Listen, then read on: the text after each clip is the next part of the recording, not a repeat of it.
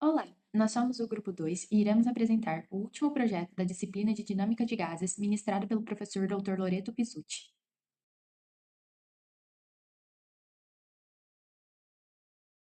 As análises aqui apresentadas tiveram como objetivo a determinação de parâmetros relacionados ao desenvolvimento da camada limite sobre uma placa plana em regime de escoamentos compressíveis e incompressíveis. A partir dos conceitos desenvolvidos durante as aulas, realizamos a comparação dos resultados obtidos teórica e experimentalmente, utilizando a solução de Blasius e os experimentos do túnel de vento da universidade.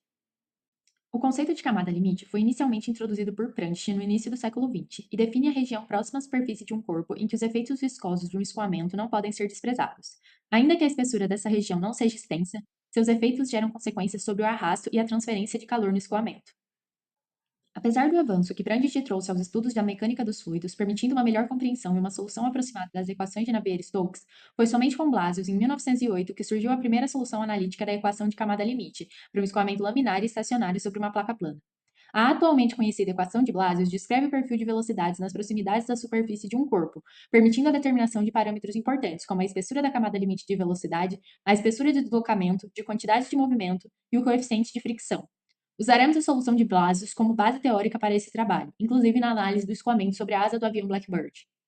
O SR-71 foi desenvolvido pela fabricante Lockheed durante a Guerra Fria. Seu primeiro voo foi em 1964 e ele entrou em operação em 66 pela Força Aérea dos Estados Unidos. Sua principal missão era o reconhecimento estratégico e a espionagem aérea com altíssima resolução sobre territórios inimigos e áreas de conflito. Blackbird foi usado em cenários onde satélites ainda não tinham cobertura confiável e em tempo real como hoje em dia. Sua construção era quase inteiramente de titânio e sua operação ocorria em Mach próximo a 3.2 com altitude operacional de aproximadamente 25 quilômetros. Os dados da aeronave utilizados nesse projeto foram comprimento total de 32,74 metros, envergadura de 16,94 metros, altura de 5,64 metros, área alar de 170 metros quadrados, Mach máximo de 3,2 e altitude correspondente de 24 quilômetros. Olá, agora eu explicarei a metodologia utilizada pelo Grupo 2 durante esse projeto. A metodologia envolveu a comparação entre os regimes incompressível e compressível da camada limite. Foram desenvolvidos códigos em Python para automatizar os cálculos e gerar gráficos que nos ajudaram a visualizar os resultados. A lógica do código foi organizada conforme as questões do projeto. O fluxograma a seguir resume esse processo. Inicialmente foram obtidas as propriedades físicas do escoamento, como densidade, viscosidades e velocidades, com base nas condições ambientais locais. Em seguida, para o regime incompressível, foram utilizadas soluções clássicas de Blasius para calcular espessuras de camada limite, como a espessura total, deslocamento, momento e térmica. Depois, foi estimado o coeficiente de fricção e o arrasto total, considerando diferentes regimes de escoamento laminar, turbulento e misto. E para o regime compressível, foram aplicadas correções específicas para escoamento com número de Mach elevado. Também foram analisados os efeitos da temperatura da parede, considerando condições isotérmicas e adiabáticas.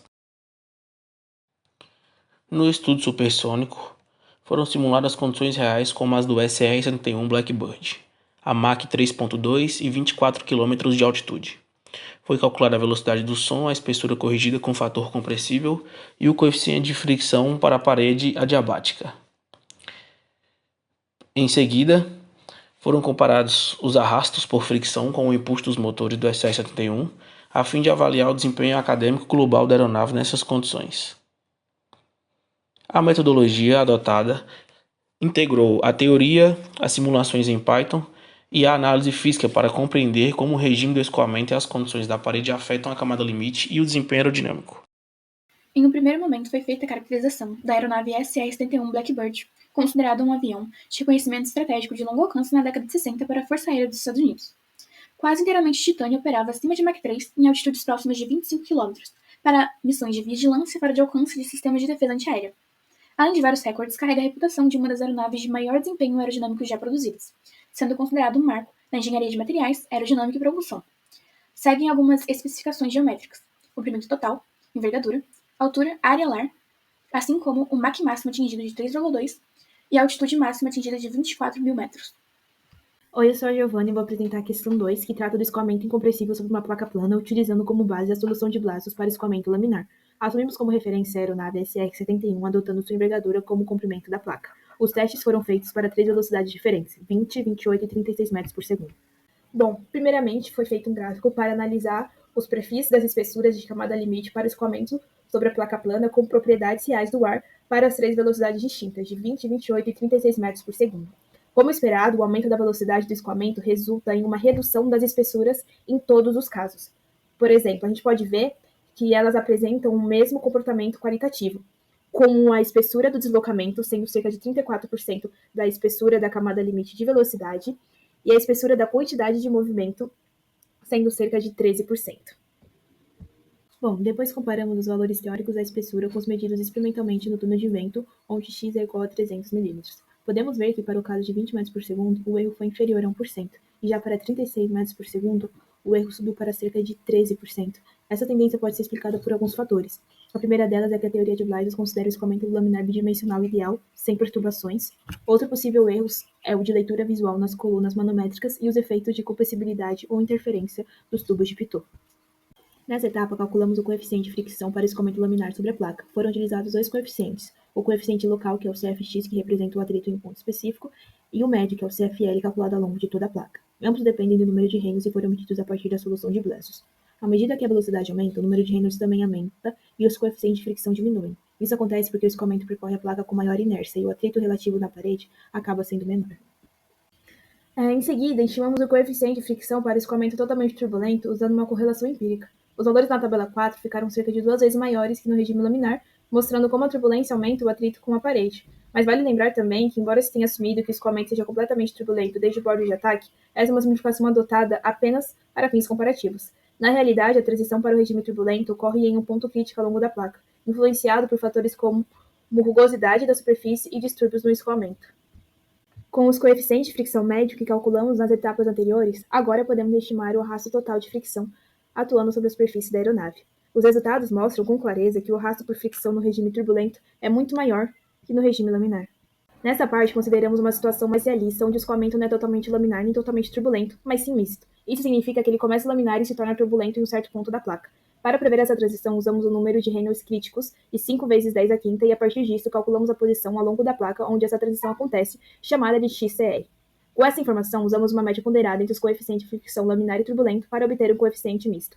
O novo valor foi então usado para calcular o arrasto total no regime misto. Agora, analisando a tabela, a gente pode ver que para a menor velocidade de 20 metros por segundo, o número de Reynolds ao longo de toda a placa não atinge o valor crítico. Já para as velocidades de 28 metros por segundo e 36 metros por segundo, a transição ocorre antes de x igual a L, resultando em um escoamento misto. Os resultados mostraram que a 20 metros por segundo o escoamento permanece laminar em toda a placa, já para 28 e 36 metros por segundo ocorre a transição para o regime turbulento antes do final, aumentando o arrasto. Isso reforça a importância de controlar a transição da camada limite em projetos aeronáuticos, já que o regime laminar reduz o atrito e melhora a eficiência. Sobre a temperatura da parede, como o escoamento é incompressível, consideramos que a temperatura da parede é igual ao do fluido. Isso justifica o uso das propriedades do ar a essa temperatura nos nossos cálculos, como a densidade e viscosidade. Bom dia, eu sou o Lincoln, e para avaliar o SR-71, tratamos a asa como uma placa plana voando a Mach de 3.2 e 24.000 metros de altitude. Nessas condições, o ar é muito fino e a compressibilidade domina. Calculamos 3 coisas: espessura da camada limite, coeficiente de fricção e efeito de parede fria versus adiabática. Todos os dados atmosféricos foram ajustados para essa altitude, permitindo prever como a alta velocidade afeta o arrasto e a carga térmica na superfície.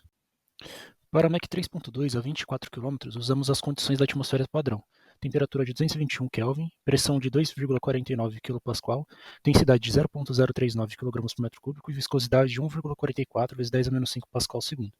A partir disso, a velocidade livre é 9,53 vezes 10 ao quadrado metros por segundo, quase 1 km por segundo. Esses números definem um regime fortemente compressível sobre a asa e alimentam todos os cálculos de espessura, fricção e aquecimento que vêm a seguir. Usando a solução de Blasius para 30 cm da borda de ataque, a espessura laminar incompressível sai 1,70 mm. Para a Mach 3.2, precisamos aplicar a transformação de compressibilidade. Se a parede estivesse fria, mesmo a temperatura do escoamento, o fator é 1, então nada muda. No caso real, a parede é praticamente adiabática. Calculamos a razão TAW sobre TE com PR igual a 0,75, que depois reduz essa espessura. Em outras palavras, compressibilidade e aquecimento da superfície afinam ainda mais a camada limite. A parede adiabática esquenta, TAW sobre T igual a 2,87. Isso coloca o fator de compressibilidade em F igual a 0,59. Aplicando, a espessura cai para 1 milímetro, 40% menor que o valor incompressível, mesmo voando quase 30 vezes mais rápido que no túnel subsônico. A camada limite afina porque a densidade perto da parede aumenta e o gradiente da velocidade fica mais íngreme. Com o Reynolds no bordo de fuga igual a 4,40 vezes 10 a sétima, o coeficiente laminar compressível sai 2 vezes 10 a menos 4. Para a parede fria, o fator de compressibilidade é 1, então o valor se mantém. Para a parede adiabática, F é 0,75, abaixando o coeficiente para 1,50 vezes 10 a menos 4. Convertendo isso em arrasto de fricção, temos 608 N. No caso isotérmico, e 456 N no adiabático. Ou seja, aquecer a superfície reduz o coeficiente em 25% e economiza cerca de 150 N de arrasto. Aqui vemos os dois cenários lado a lado. Parede isotérmica, fator F igual a 1, coeficiente médio de 2,003 vezes 10 a menos 4, arrasto de 608 N. Parede diabática, F cai para 0,75, o coeficiente desce para 1,502 vezes 10 a menos 4 e o arrasto para 456 N. Só mudar a temperatura da superfície corta cerca de 25% do arrasto laminar, mesmo mantendo o mesmo número de Mach. Assumindo a camada limite totalmente turbulenta, usamos a correlação apresentada, com Reynolds de 4,40 vezes 10 a sétima. Isso dá um coeficiente compressivo de 2,19 vezes 10 a menos 3. Aplicando o fator de compressibilidade para Mach de 3,2, com FM de 0,65, o valor cai para 1,42 vezes 10 a menos 3. Multiplicando pela área alar de 170 metros quadrados e pela pressão dinâmica, o arrasto de fricção sobre a asa é 4,3 kN, quase 10 vezes o caso laminar e o principal componente de drag em cruzeiro. O arrasto de fricção da F foi calculado pela expressão apresentada, com os seguintes parâmetros: densidade 0,0393 kg por metro cúbico, velocidade de 953 metros por segundo, área alar de 170 metros quadrados e pressão dinâmica de 1,78 10 a quarta Pascal. Se a asa ficasse laminar, o coeficiente médio seria de 2 vezes 10 a menos 4 e o arrasto só 608 N. Mas com a camada limite turbulenta que realmente ocorre, CF sobe para 1,42 vezes 10 a menos 3 e o arrasto salta para 4,3 kN. Essa diferença, quase 7 vezes, mostra como a transição domina o orçamento de drag em Mach 3.2. Aqui está a comparação final. Se mantivéssemos a asa laminar, o coeficiente médio ficaria em 2 vezes 10 a menos 4 e o arrasto total em 6,08 vezes 10 ao quadrado newton. Com a camada limite realmente turbulenta, o coeficiente sobe para 1,42 vezes 10 a menos 3 e o arrasto vai para 4,32 vezes 10 a terceira newton. Ou seja, turbulência multiplica o arrasto por 7, porque transfere muito mais quantidade de movimento à parede. A transição laminar turbulenta ocorre muito cedo, com Reynolds crítico de 5 vezes 10 a quinta. O ponto XCR sai 0,193 metros da borda de ataque, apenas 1,14% dos seus 16,9 metros de asa. Na prática, portanto, quase toda a superfície já está turbulenta. Fazendo a média ponderada entre o trecho laminar e o turbulento, o coeficiente de fricção misto fica 1,41 vezes 10 a menos 3, praticamente igual ao valor totalmente turbulento, ou seja, aquele curtíssimo trecho laminar não chega a aliviar o arrasto em voo supersônico. Usando o coeficiente médio de fricção misto, o arrasto total na asa fica 4,28 kN. Esse valor é só 1% menor que no caso totalmente turbulento, confirmando que aquele trecho laminar de 20 cm não muda o jogo. Em voo supersônico, praticamente todo o atrito vem da camada limite turbulenta. Expandindo da asa para o avião inteiro, tomamos a área molhada típica de 1,40 10 ao quadrado metros quadrados.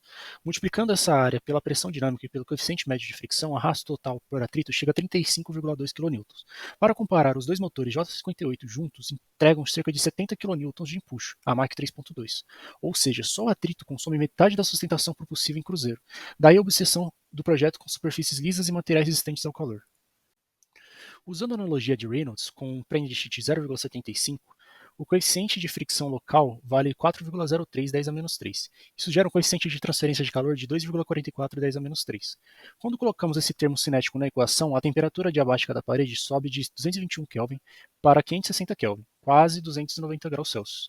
Se a parede estivesse fria, o fluxo de calor resultante seria 3,1 10 a quarta watts por metro quadrado. Essa carga térmica explica o uso de titânio e de combustível como refrigerante no SR-71.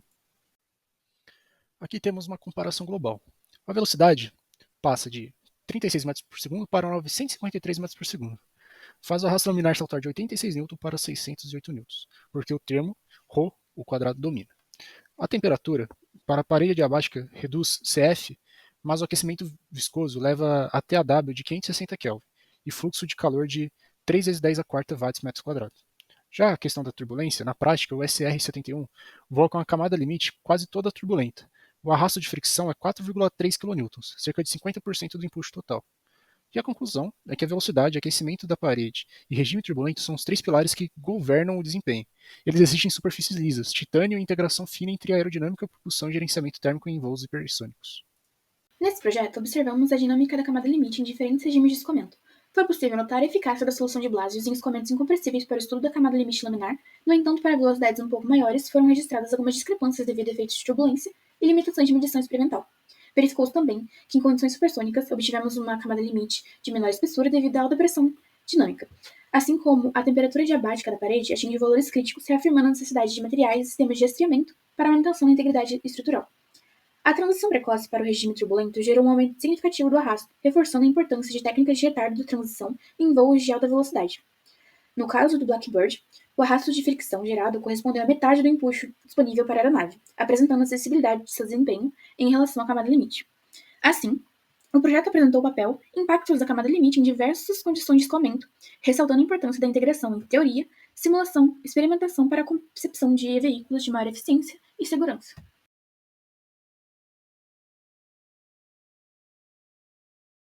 E assim concluímos nosso trabalho. Muito obrigado pela atenção de todos.